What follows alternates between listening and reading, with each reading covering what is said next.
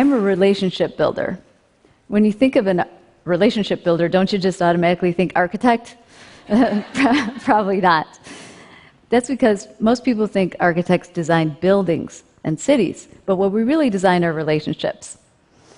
Because cities are about people. They're places where people come together for all kinds of exchange. And besides skylines, they're highly specific urban habitats with their own insects, plants, and animals, and even their own weather. But today, urban habitats are out of balance. Climate change, together with political and economic troubles, are having an impact. They're adding up and stressing out cities and us, the people who live in them. For me, the field of ecology has provided important insight, because ecologists don't just look at individual species on their own, they look at the relationships between living things and their environment. They look at how all the diverse parts of the ecosystem are interconnected, and it's actually this balance, this web of life that sustains life. My team and I have been applying insights from ecology to architecture to see how physical space can help build stronger relationships. The projects I'm going to show you today use the idea of building relationships as the key driver for design. Here's an example of what I mean. Recently, we were asked to design a Center for Social Justice Leadership called the Arcus Center. They asked us for a building that could break down traditional barriers between different groups, and in doing so, create possibilities for meaningful conversations around social justice. The students wanted a place for cultural exchange. They thought a place for preparing food together could do that. And they wanted to be welcoming to the outside community. They thought a fireplace could draw people in and help start conversations. And everybody wanted the work of social justice to be visible to the outside world. There really wasn't a precedent for this kind of space, so we looked around the globe and we found examples of community meeting houses. And community meeting houses are places where there's very specific relationships between people, like this one in Mali, where the elders gather. The low roof keeps everybody seated and at equal eye level. It's very egalitarian. I mean, you can't stand up and take over the meeting. You'd actually bump your head. In meeting houses, there's always a central space where you can sit around a circle and see each other. So we designed a space just like that right in the middle of the Arcus Center, and we anchored it with a fireplace and a kitchen. It's pretty hard to get a kitchen and fireplace in a building like this with the building codes, but it was so important to the concept. We got it done. And now the central space works for big social gatherings and a place to meet one-on-one for the very first time. It's almost like this three-way intersection that encourages bumping into people and starting a conversation. And now you can always pass the kitchen and see something going on. You can sit by the fireplace and share stories. You can study together in big groups or in small ones because the architecture sets up these opportunities. Even the construction is about building relationships. It's made of cordwood masonry, which is using logs the way that you would use bricks. It's super low tech and easy to do, and anyone can do it, and that's the entire point. The act of making is a social activity. And it's good for the planet, too. The trees absorbed carbon when they were growing up, and they gave off oxygen. And now that carbon is trapped inside the walls and it's not being released into the atmosphere, so that making the walls is equivalent to taking cars right off the road. We chose the building method because it connects people to each other and to the environment. But is it working? Is it creating relationships and nurturing them? How can we know?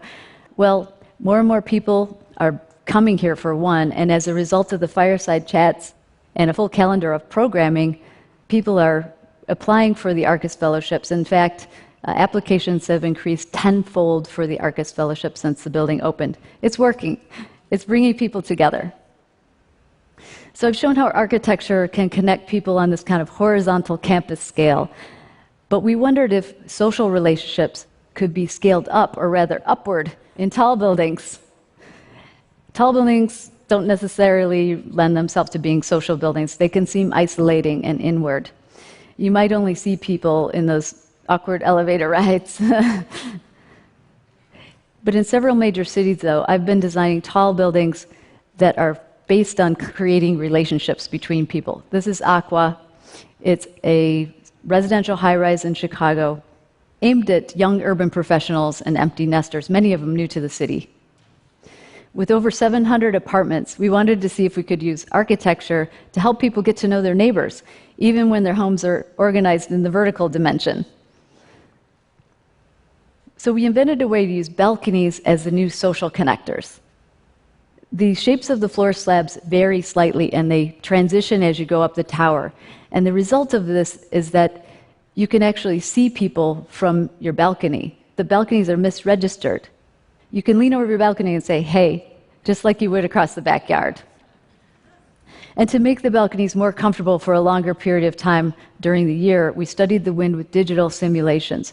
So the effect of the balcony shapes breaks up the wind and confuses the wind and makes the balconies more comfortable and less windy. And now, just by being able to go outside on your balcony or on the third floor roof terrace, you can be connected to the outdoors, even when you're way above the ground plane. So the building acts to create community within the building and the city at the same time. It's working. And people are starting to meet each other on the building surface, and we've heard they've even started getting together as couples.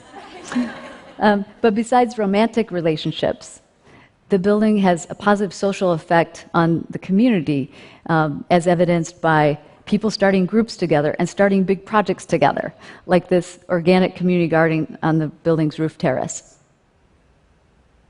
So I've shown how tall buildings can be social connectors, but what about public architecture? How can we create better social cohesion in public buildings and civic spaces, and why is it important? Public architecture is just not as successful if it comes from the top down. About 15 years ago in Chicago, they started to replace old police stations.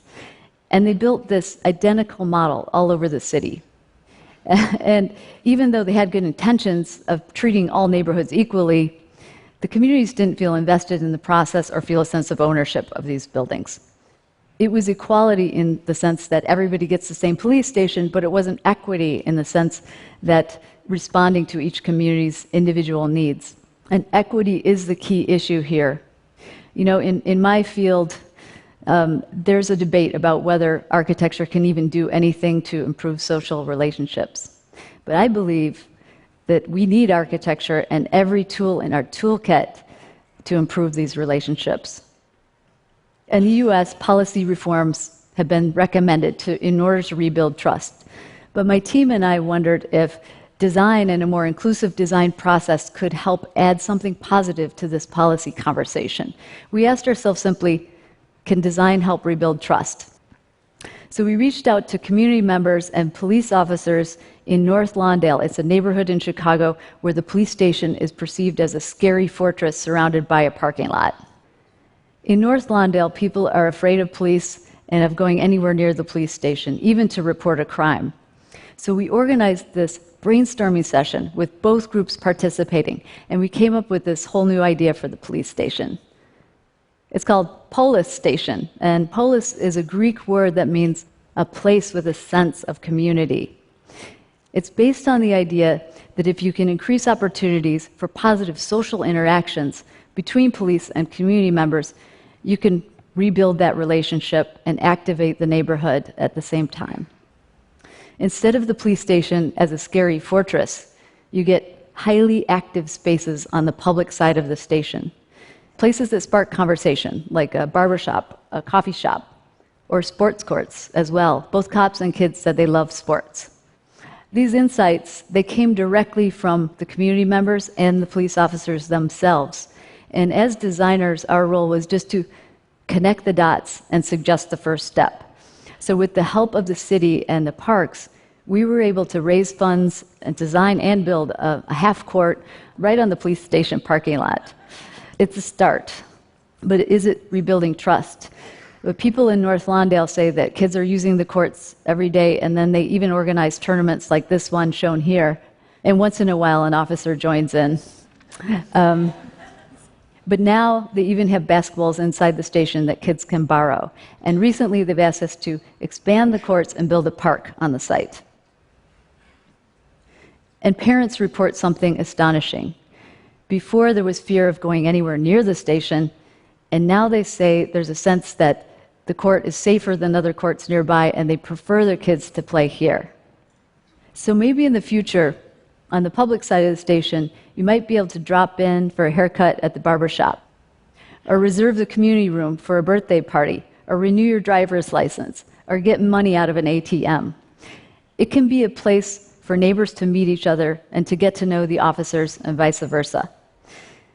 This is not a utopian fantasy. It's about how do you design to rebuild trust, trusting relationships. You know, every city has parks, libraries, schools, and other public buildings that have the potential to be reimagined as social connectors. But reimagining the buildings for the future is going to require engaging the people who live there. Engaging the public can be intimidating. And I've felt that too. But maybe that's because in architecture school, we don't really learn how to engage the public in the act of design. We're taught to defend our design against criticism. But I think that can change too. So if we can focus the design mind on creating positive, reinforcing relationships in architecture and through architecture, I believe we can do much more than create individual buildings. We can reduce the stress and the polarization in our urban habitats. We can create relationships. We can help steady this planet we all share. See? Architects really are relationship builders. Thank you very much.